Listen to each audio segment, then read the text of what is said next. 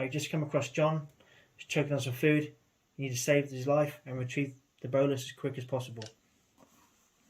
Top of the mask on the bridge of the nose between the eyebrows, bottom of the mask between the bottom lip and chin. You tilt the head back to open up the airway, then depress the bellows and quick pull. So using your less dominant hand, hold the mask firmly in place throughout each cycle. Okay, tilt the head back to open up the airway. Dominant hand on the LifeVac handle, depress and pull. And it doesn't matter how hard you depress the handle, because all you're doing is pushing all the air out of the bellows through the vent and the valve. It's the quick pull that counts.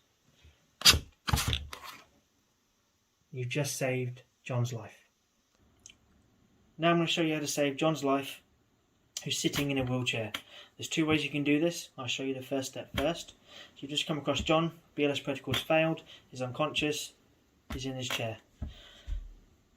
Put his head into your abdomen or your chest, depending how tall or short you are. Tilt the head back to open up the airway. Less dominant hand, again, over John's face, holding mask firmly in place throughout each cycle. Hand on the LifeVac handle, depress and pull. And again, you've just saved John's life.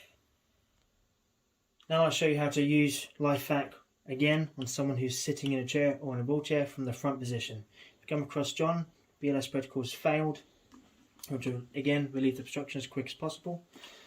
Less dominant hand holding the LifeVac over John's face.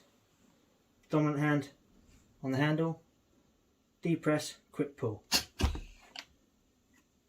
And again, you just saved John's life.